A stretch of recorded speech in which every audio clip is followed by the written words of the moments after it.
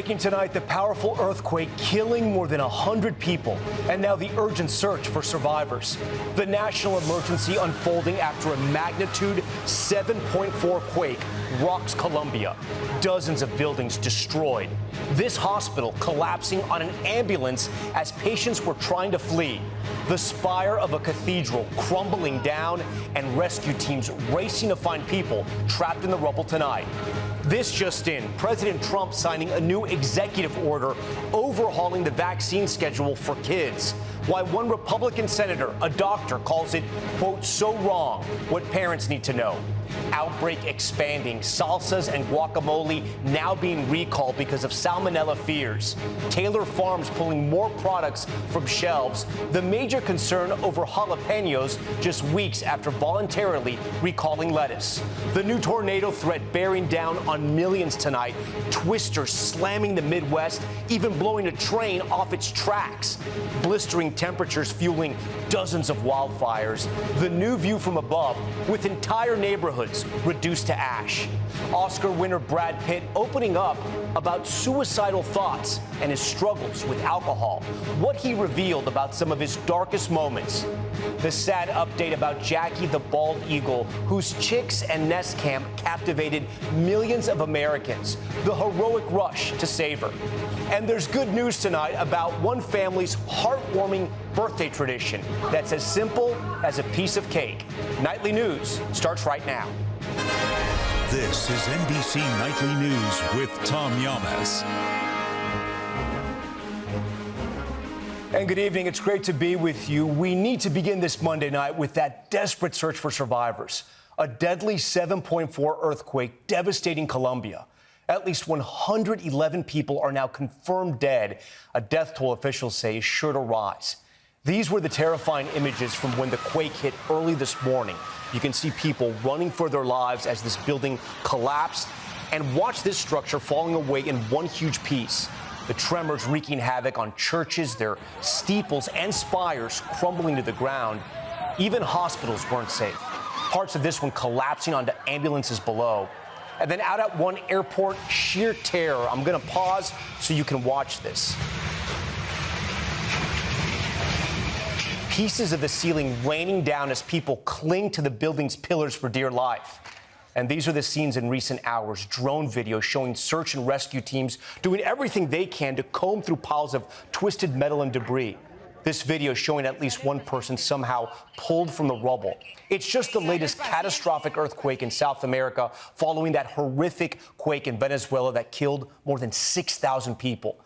New videos and desperate pleas for help are pouring into our newsroom tonight as George Solis starts us off.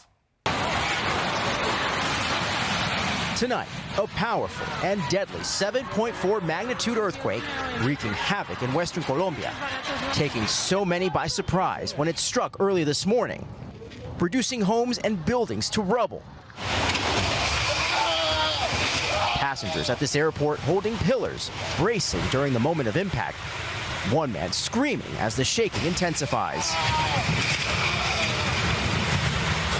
Outside this hospital in Cali, part of the building collapsing on an ambulance as patients scramble for safety.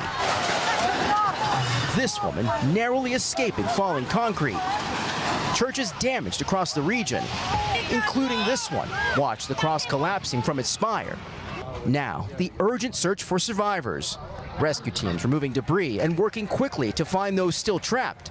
Authorities say more than 100 people have died. Valerie Ryan from our NBC Miami station is in Bogota.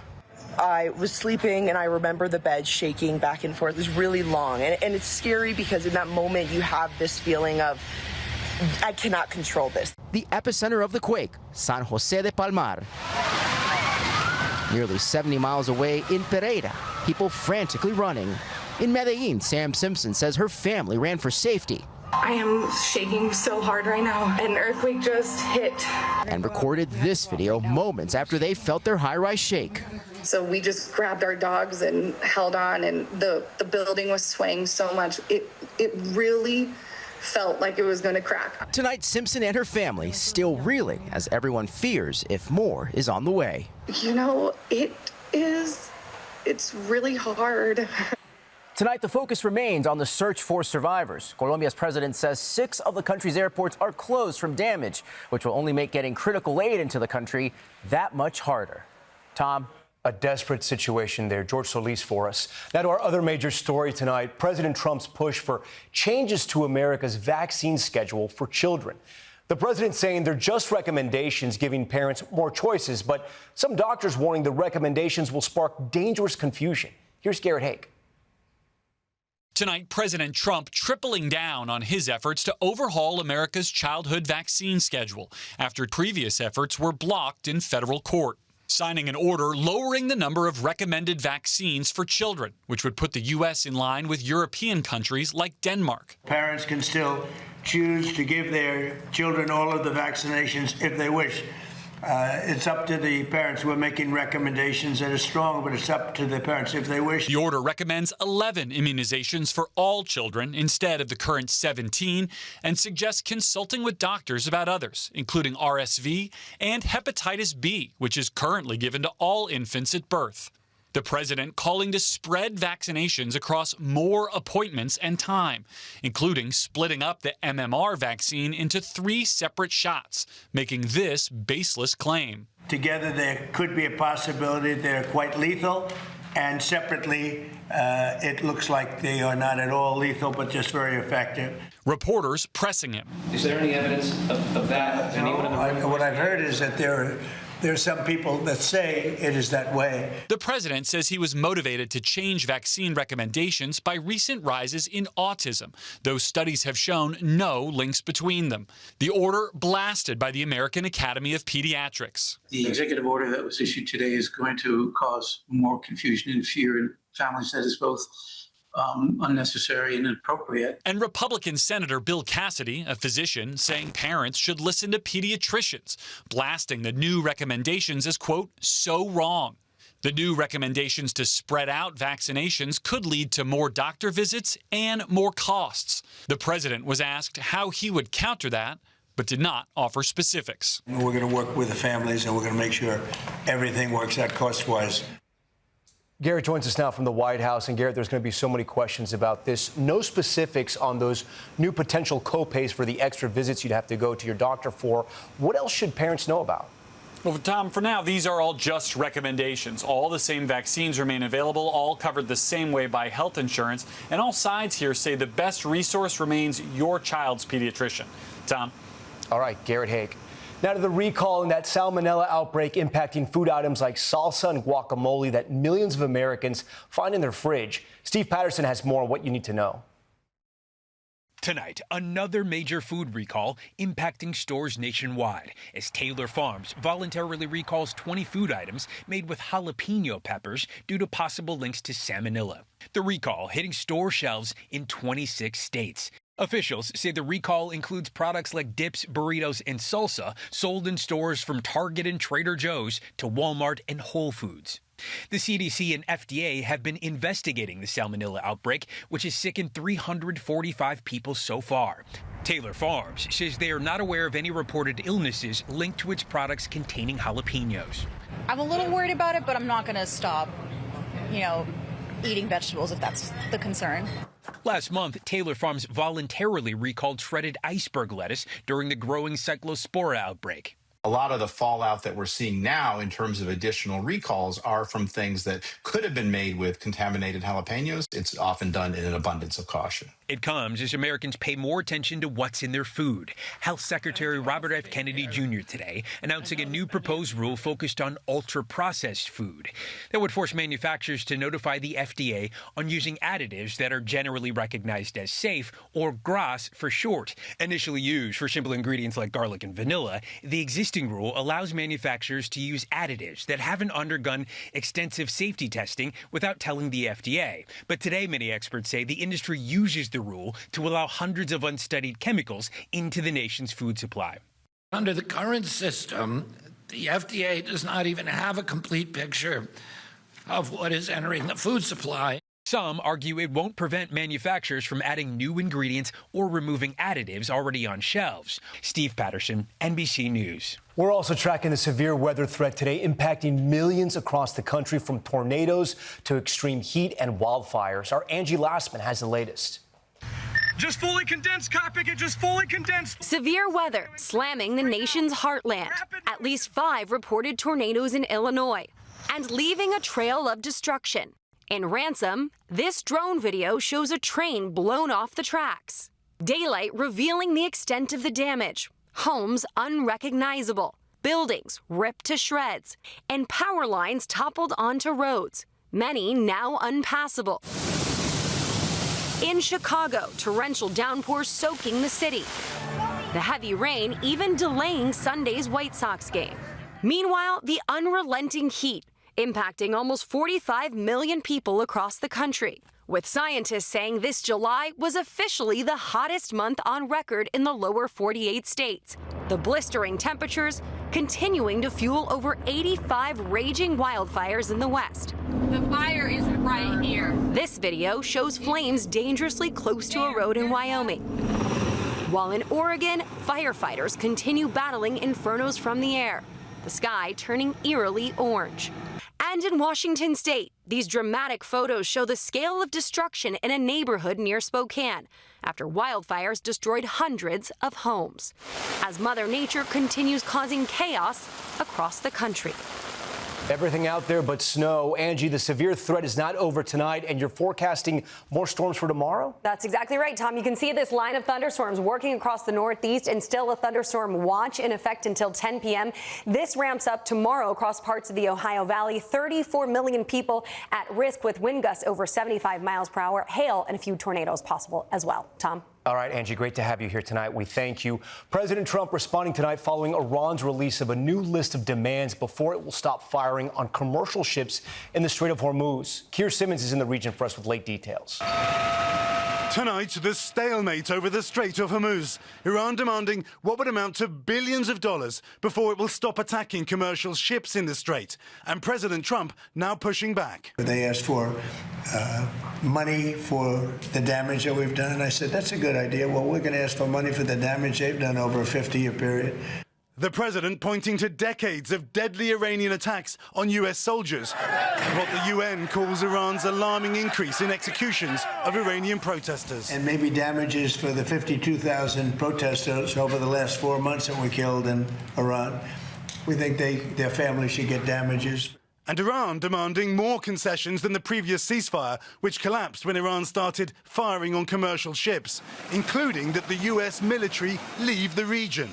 The renewed standoff suggesting the Strait of Hormuz will not reopen anytime soon, with oil prices rising again today. We control the strait 100%. Now, can they make trouble? Yeah, they can make trouble. But they're broke. President Trump now says the U.S. is only semi-negotiating with Iran, quote, low-keying it. Tom? Keir Simmons tonight. And back here at home, a sad update on a beloved bald eagle. Jackie went viral from her nest cam in the California mountains. And here's Camila Bernal with the heroic effort to try to save her. A final flight for Jackie, the famous bald eagle from Big Bear, California, who became part of thousands of people's lives through a 24/7 stream. Tonight, a heartbreaking goodbye after years under the watch of devoted fans. Watching her gave people a connection to nature. It gave people an outlet. The Ojai Raptor Center, which had been caring for her, says she died early this morning, adding, her condition continued to deteriorate despite intensive treatment and the combined efforts of our veterinary team and consulting specialists. Last month, Jackie was seen fighting with other eagles and then struggling to wade through the water before being rescued. She'd been in intensive medical care for more than 3 weeks after a mysterious illness unrelated to that attack. But it was the sweet moments with her family that drew millions of views. Many watched Jackie and her mate Shadow build a home, weather brutal winters, and raise their eaglets together. Now, condolences pouring in. She was fierce, she was gentle, she was very dynamic. The center saying we're deeply grateful for the way Jackie brought people together through a shared love of wildlife. Because even though there's now an empty nest, Jackie filled the hearts of so many. Camila Bernal, NBC News. In just 60 seconds, the revealing interview from Hollywood superstar Brad Pitt. What he said about suicidal thoughts, his family, and drinking again after years of being sober. Plus, the deadly accident on a sightseeing boat in New York Harbor, killing a woman and her baby girl. The captain just hit with federal charges. We're back now with a strikingly personal Brad Pitt. The Oscar winner opening up like never before about no longer being sober and dealing with suicidal thoughts. Chloe Malas has a story. In a revealing new interview with Esquire magazine, movie star Brad Pitt opening up about some of the darkest moments of his life.